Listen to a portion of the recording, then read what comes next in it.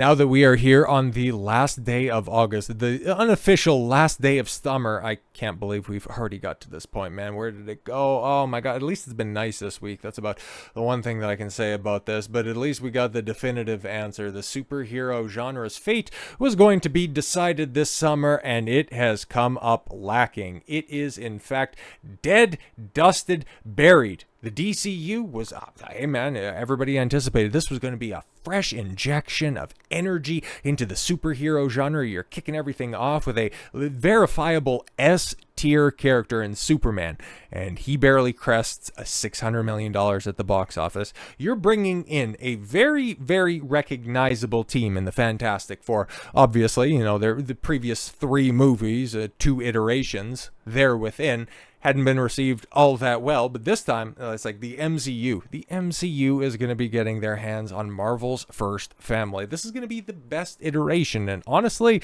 it might be, okay, but still, it only gets over 500 million. It's done. It's dusted. The only thing that is left is a big bombastic, key-jangling nostalgia fests. Marvel can go ahead and spend that Avengers token next year. That's their last billion-dollar hit, at least the verifiable one. Spider-Man, I mean, it'll probably do good. That's a Sony joint, but all things considered, there's a reason that they keep on adding additional characters and additional personalities to it, because everybody can read the writing on the wall. Superhero genre is fucking dead. And here's the thing, it didn't need to be a genre. Superheroes are simply characters. You could set these in a bunch of different genres. There could be superhero comedies, which is something that James Gunn clearly thinks that he writes, but he's unfunny, so what the fuck? There could be westerns. I mean, look at all of the fucking western-inspired characters. Like if DC wanted to do a proper Jonah Hex movie, fucking Ghost Rider, literally anybody. You could have done that. If you wanted to have your big bombastic action films, that's totally fine. But you could have had crime noir dramas. You could have done all of that stuff, but no. They all needed to be the exact same slop because Iron Man was great in 2008, and then the Avengers in 2012 raised the bar.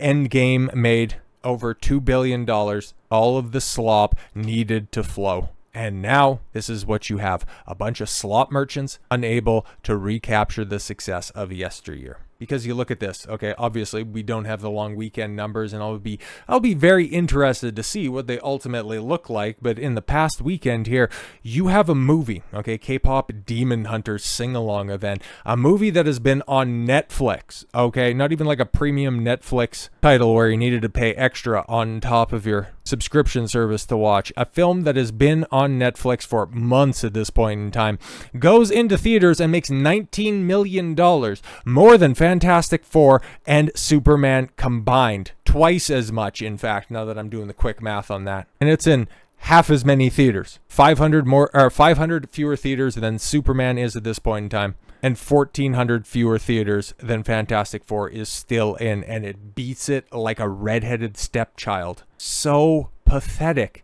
And yeah, man, when you look at the characters, right? Because I would say, okay, like if I was to rank the importance or the prominence of the characters for both Marvel and DC, obviously like Superman, he's on the Mount Rushmore. He is like the face of superheroes. He is the quintessential superhero. He is an S-tier character.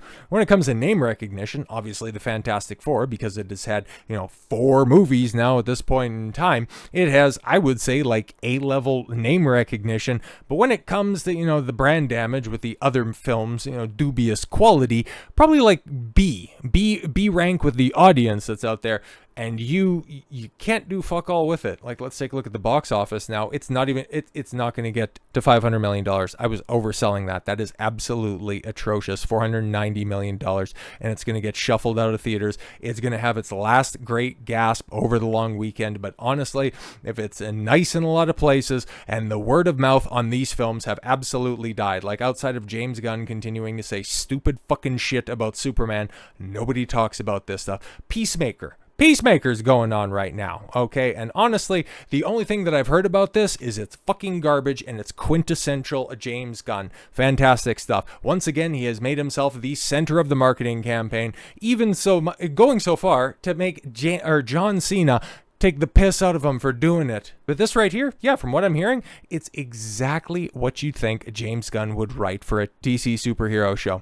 A big team up with cringy late 90s, early 2000s edgelord humor, with all of the C-bombs and F-bombs you can possibly stuff into things. It never makes John Cena saying the N-word, which is, hey man, you want to be edgy, but you don't want to be that edgy, huh? But I don't know, now that it's, 2 weeks afterwards, is anybody even talking about the 3 episodes that are out there? But this is supposed to be the most consequential, it's the most important DCU release. Fuck off, James. And so, the one hope that the superhero genre could rebound with the DCU, properly being good competition for Marvel to try to up their game, ends up with the cold hard fact that 2025 marks the first non-lockdown year without any $700 million box office comic book movies since 2011. Since 2011, pre-Avengers, with Superman and Fantastic Four. Not to mention a Captain America movie. Captain America, who was a part of, every single one of those previous $700 million years. Congratulations,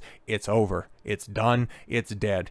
For more than a decade, 14 years in fact, comic book movies were Hollywood's surest bet. Audiences could count on at least one Marvel or DC, usually Marvel, release smashing past $700 million globally every single year. However, that comic book movie hot streak has now been broken. The streak is over. In 2025, no comic book movies reached $700 million at the box office. It is the first time this has happened in a non-lockdown year since 2011, and the reason why reveals deep fractures in the superhero machine. Yeah, because they're shitty fucking movies, bro. Yeah, except for 2020, but that really doesn't count because theaters were, for the most part, fucking stifled, okay? Yeah, films like Birds of Prey that came out in the first couple of months of 2020, so maybe that one's fair-ish, because only a little bit of fear-mongering because the coup was still very much overseas at that point in time.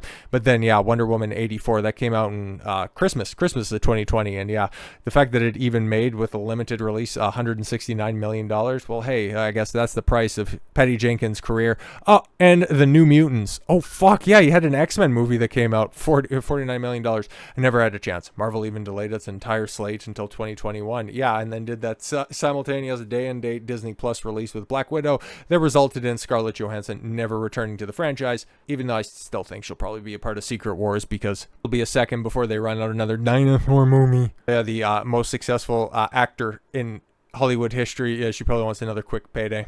Yeah, she sued Marvel, guys. Anyways, for that reason, analysts don't count 2020 against the streak, which I think is fair, which is actually fair. The lockdown created a once-in-a-century asterisk.